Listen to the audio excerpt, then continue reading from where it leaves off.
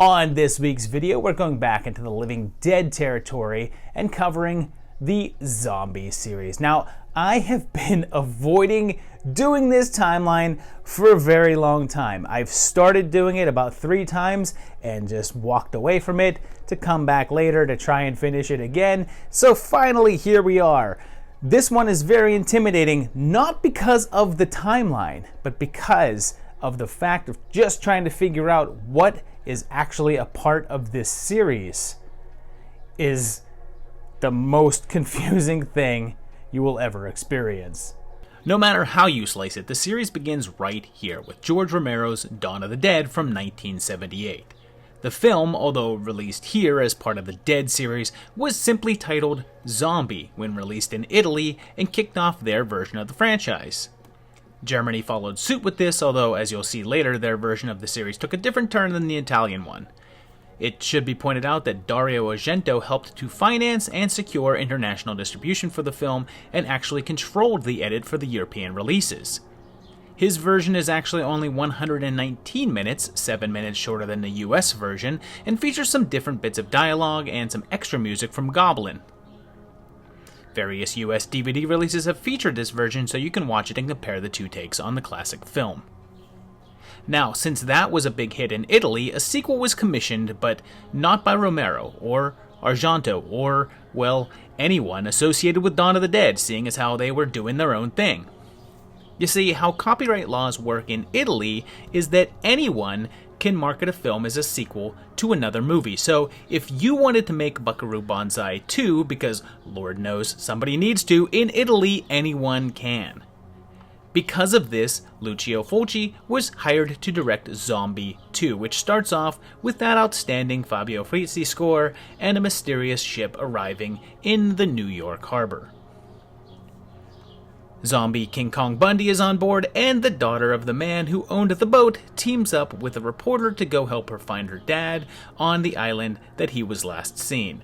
So, there's a doctor on Matul with a girlfriend with the loveliest eyes. Her eyes are so pretty. I mean, it would be a shame if something were to happen to them.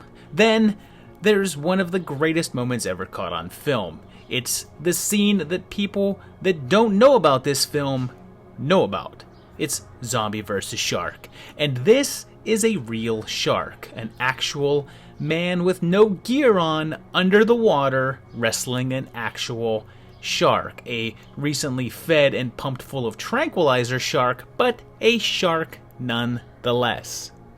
It's insane. And it's amazing, and if you haven't seen it, get on it, man. And then, the doc's girl gets attacked by zombies, and prepare yourself for one of my own personal fears, ocular evisceration. If you've watched my Worst Ways to Die list, you know how I feel about this one.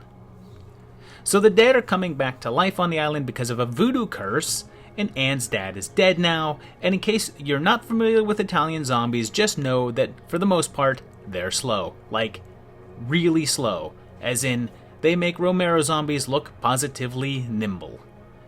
So, Dawn of the Dead had When There's No More Room in Hell, but this movie has its own take.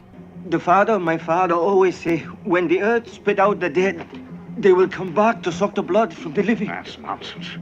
There's a graveyard full of Spanish conquistadors with grave dates in the 1800s, so I'm not sure how they're not total skeletons by this point, and the film's most famous and iconic undead guy makes his appearance, and like Romero zombies, these guys are equally susceptible to good old head trauma.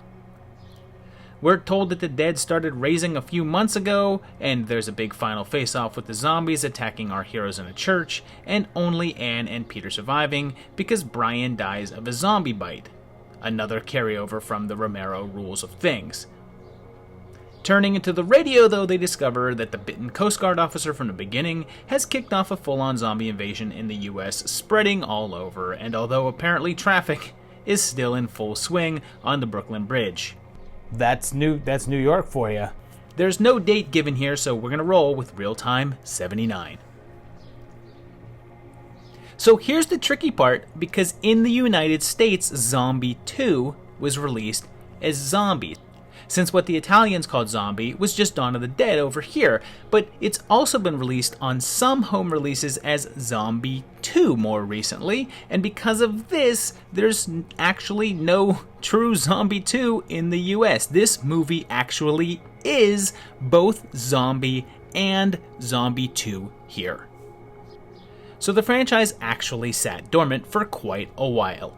Obviously in the US, Day of the Dead was released, but it wasn't until 1988's Zombie 3 was released, with Fulci returning to the director's chair, but only for part of the film, as he left halfway through filming, that we saw the series continue.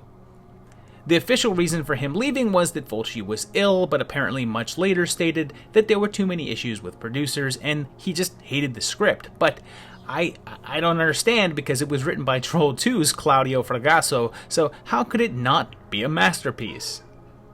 So this one has a lab that, judging from the lighting, exists in Christmas Town, and they accidentally create zombies. This van has tags that tell us that it's 1987, so this one has a set year, and an attempt to steal the experiment ends with one of the thieves infected by it, and I should point out that the formula is called the Death 1 compound, and with a name like that, did they really expect good things to come out of it? Really? The infection spreads, and the fact that the outbreak has a new source and not a voodoo curse, and that the invasion from the first film isn't discussed, I think we're looking at a new continuity here, and this film is unconnected to the previous one.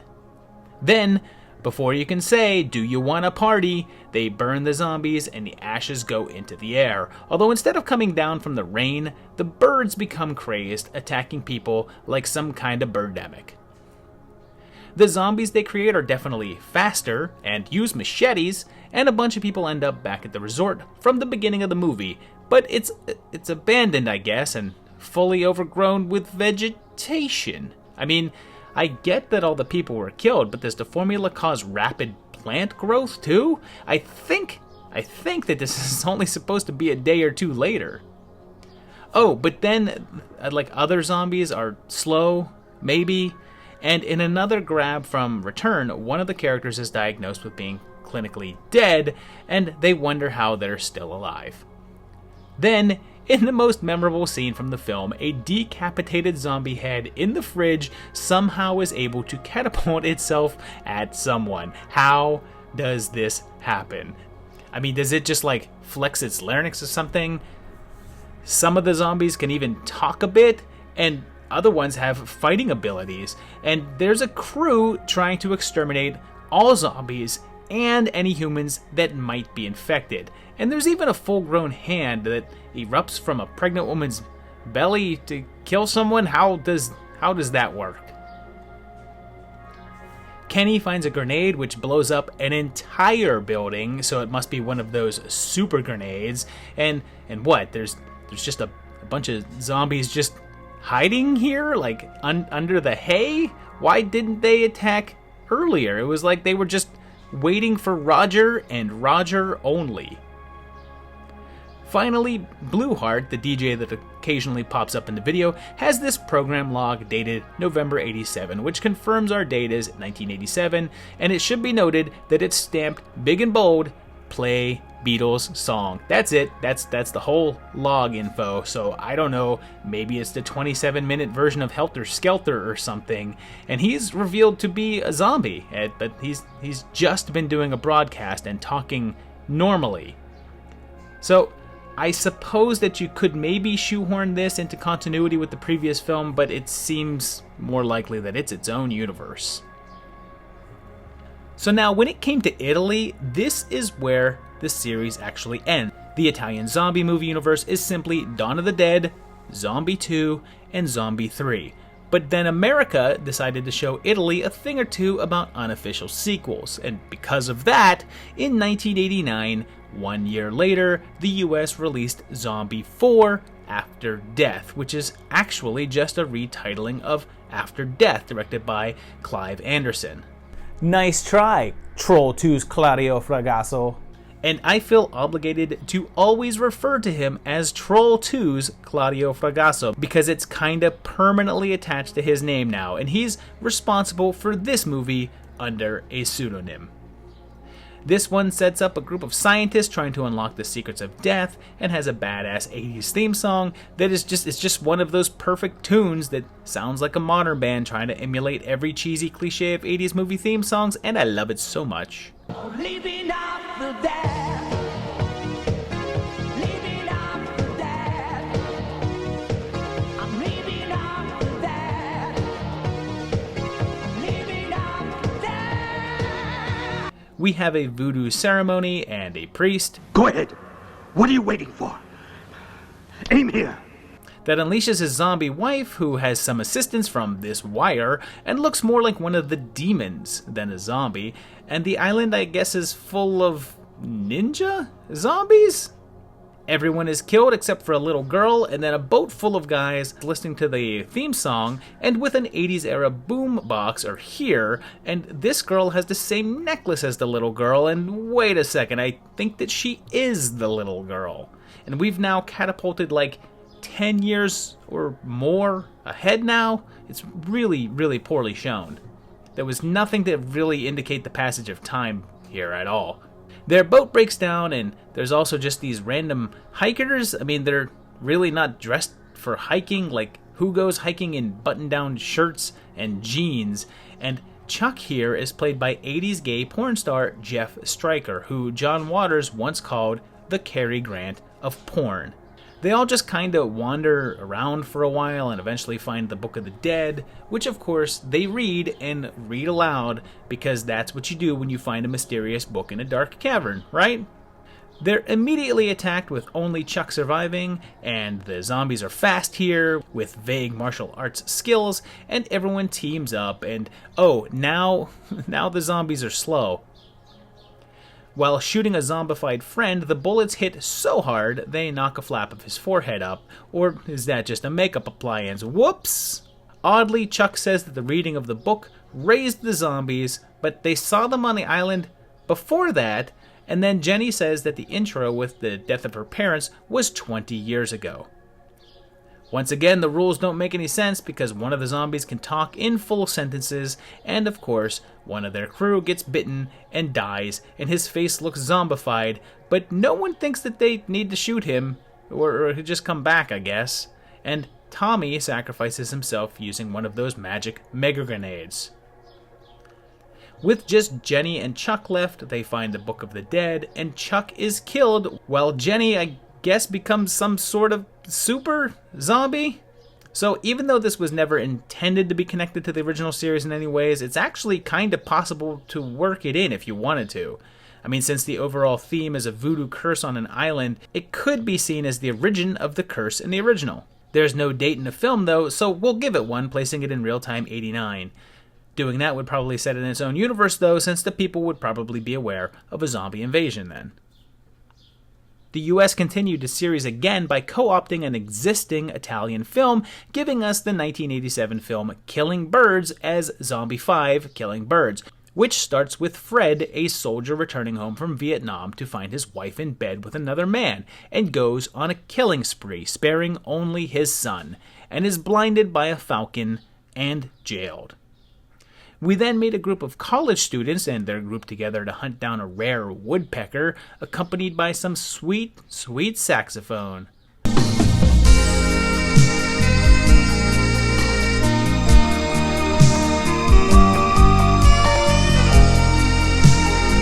And a reporter who's committed to covering the story. Neither rain nor snow nor sleet nor hail. And that's the post office, not reporters. Fred was one of the last people to have seen the woodpecker, so they go to see him, and he's now the man from U.N.C.L.E., and it appears as if there was a time jump between the beginning sequence and now. There's a ton of technology in this film, from computers to video cameras that all scream 80s, so are most likely around real time, and they eventually discover Fred's old house, but the birds are all gone. There's an old newspaper dated 1965, which is apparently when the opening takes place, and they have to stay at the house because it starts getting dark, and I just now realized the fatal flaw in a lot of horror films, and that's time management. Kids, know what time it is and where you're staying ahead of time to avoid having to spend the night in murder houses, okay? And wait a second, Fred served in the military from 1663 to 1965? That is a really long tour of duty.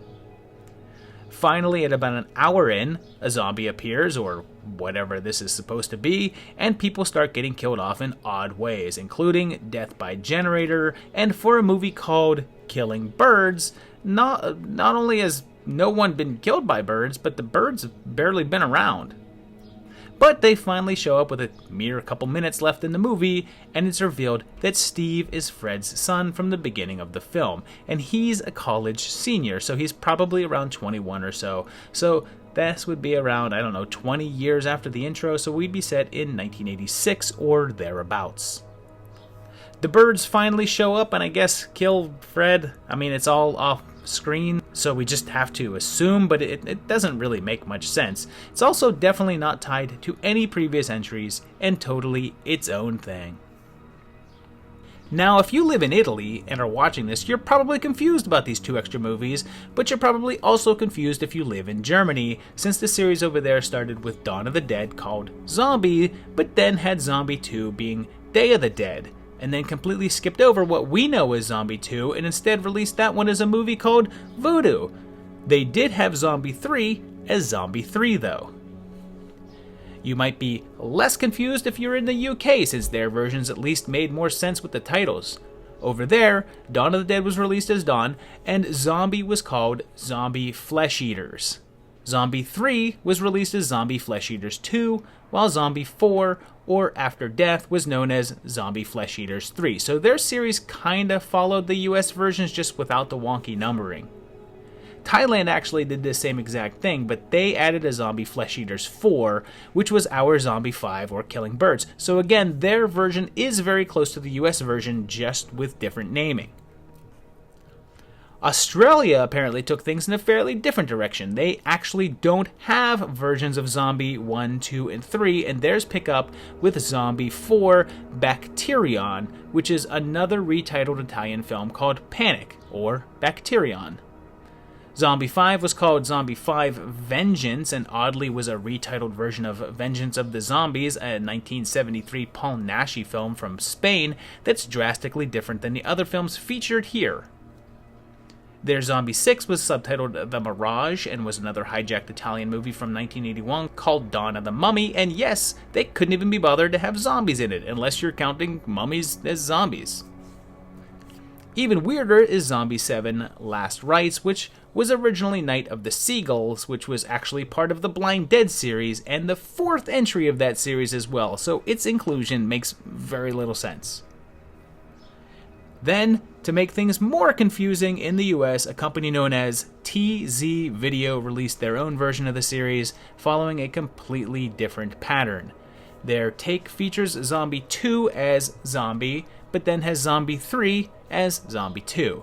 Then they go off on their own with Zombie 3 Return of the Zombies, which is a retitling of another Naschy film from 1973 called The Hanging Woman, and then jump to Zombie 4, A Virgin Among the Living Dead, which was just a 1973 Jess Franco film, and Zombie 5 Revenge in the House of Usher, again just the Jess Franco film with Zombie 5 thrown on the cover. The zombie title isn't even present on that movie, it only appears as a small box of text on the video cover. Things get even weirder when we get to part 6 with Zombie 6 Monster Hunter, which was just a title-swapped absurd from 1981, which was in itself a sequel to Joe D'Amato's Anthropophagus, which is odd because that film was released as Zombie 7. To cap the whole thing off, earlier this year saw Zombie 8 Urban Decay from the dreaded Dustin Ferguson, who is known for making odd, unofficial sequels to old horror films, and man, does his choice of numbering not make any sense considering that any of this series going up to part 7 aren't that well known. Further complicating this whole mess are other films like Let Sleeping Corpses Lie, which was released as Zombie 3 at some point, and Zombie Holocaust, which is most known in the US as Dr. Butcher MD, but also has been released as Zombie 3.